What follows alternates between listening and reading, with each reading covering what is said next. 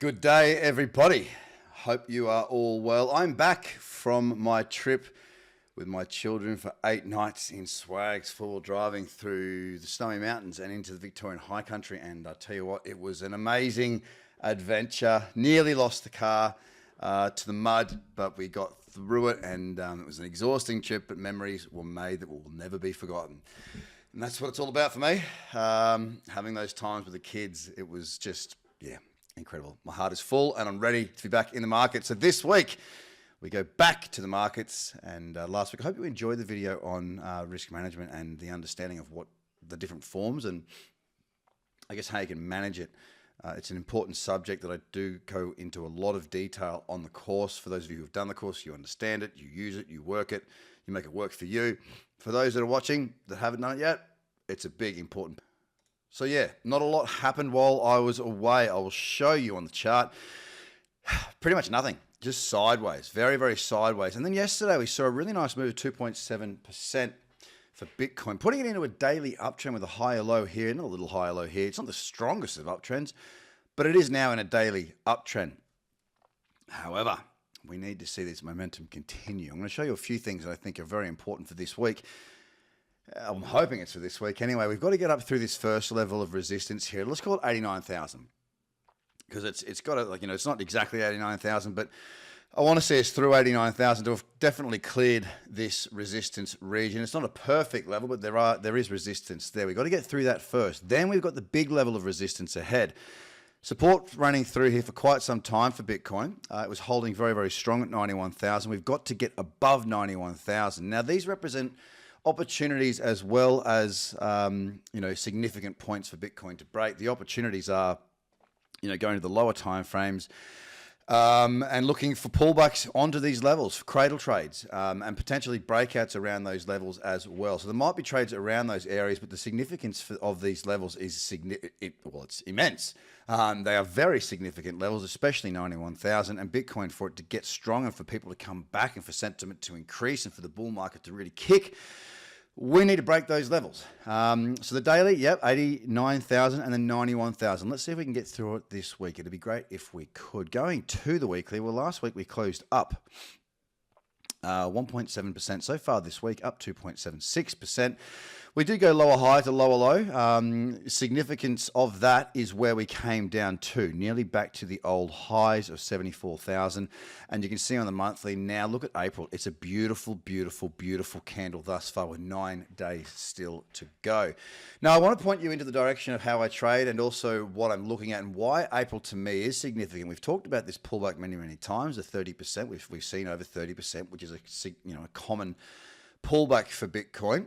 Have a look here. We're going now back to the candle of March, which we saw the new high. We pulled back over 6 months, let's call it 34%, back into that cradle zone. Okay. Now let's have a look at what we've done this time around.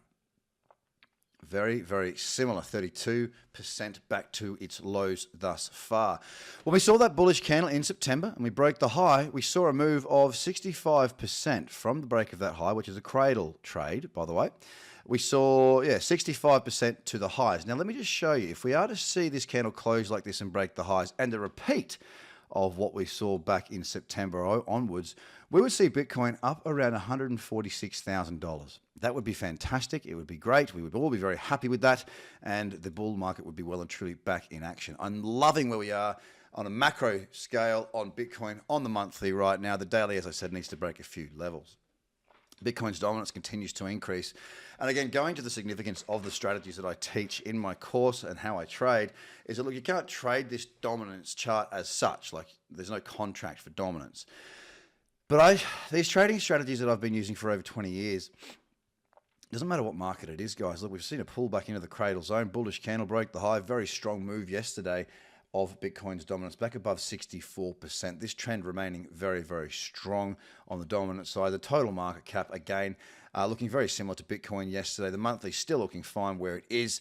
All is well, but we need to see further upside from the market itself. There is no doubt about that. We need Bitcoin to push higher. Now, I want to take it to my watch list for today. I do a scan most days. Of course, when I'm not here, I don't do a scan, but in my Discord community to point out the trends that I find to be relevant. These are the trends that I find relevant at the moment. And it starts here. I've got a nice higher low and a higher high. I'm waiting for a pullback into this cradle zone to look for long opportunities on whatever this is. 100,000 BIC, B or UBIC, whatever that is, okay? Waiting for the pullback into this cradle zone. I trade this strategy on any time frame. Same here with Pepe. It's looking really, really nice where it is right now. I'd like to see it either pull back in a little bit further or produce a little bullish candle here. Why do I like it? Again, cyclicity, higher low, right here, higher high, higher low, higher high. Looking for that pullback into that zone. Good convergence of the MACD. And in fact, with Pepe, the daily has also got a higher low and a higher high. So the daily momentum is up. AUI, another one here where we've got the daily in and up trend. We've also got here this 4-hour trending quite nicely. But it is the 2-hour that I'm waiting for the opportunity. As you can see, it's pulled back here, move, pull back again, move, pull back again. This was a great little opportunity here. And I'm waiting to replicate that up here on the 2-hour with a small bullish candle. BSW, now onto the 8. So we've gone the 2-hour, we've gone the 4-hour. Now I'm waiting for the 8-hour here on BSW. Portal up next on the 4. Good trend there. I think it's actually the 2 I'm looking at this. Yes, it is. I'm wanting to see this cyclicity continue. Pull back, bullish candle, move. Pull back, bullish candle, little move, little move, little move. I want to see a bullish candle in here. Very similar to some of the other charts I'm looking at now. Here onto Raven finally. Back into this old level of resistance. What I'd like to see is this candle to close bullish. Over so slightly would be fine. Waiting to see if I can get a bullish candle there. Now stick to your strategy. Stick to your rules. And remember, ladies and gentlemen, when you're trading, you can make money whether the market goes up or whether the market goes down. It doesn't have any bearing on what the direction is. What we're looking for, what I teach, what I trade, I'm a trend follower. I'm looking for good trends. That's why right now the trends, they're all there and they're uptrends, which is kind of interesting because the market doesn't seem all that bullish right now. But the charts are showing me through my scans in the morning that there are more opportunities to the long side than there are to the short side. Now, that doesn't mean there'll be trades available. But when you know what you're looking for in the market, you can focus on what you need to see. And then adding in a very defined checklist trading system, it will make your life a heck of a lot easier. You can make money when the market goes up. You can make money when the market goes down. And you can just about every day find trends that are going to produce opportunities. Whether they do or they don't, it's not up to you. It's up to the market. What is up to you is to know what you're looking for and to execute your strategy flawlessly. I can't help you to execute the strategy flawlessly, but I can help you with the mindset, with the risk management, with the strategy itself, and an understanding of the bigger picture and how to squirrel down to the lower timeframes to find the trades that can bank you profit. So if you're not in the Discord, well, I welcome you to join. If you are in the Discord, stay in there. I'll be back tomorrow morning with another scan for you all to see what eventuates of the market. Have yourself a ripper day. It's great to be back. And yeah, if you're considering joining up to this course and learning to trade, I'm more than happy to have a chat with you. If you need to, drop me an email. I'm happy to have a chat and answer any of your questions. But for now, I'll bode you well, and let's see if Bitcoin can push on today, taking out at least this 91,000 level to pick up some momentum to kick this market into more positive sentiment.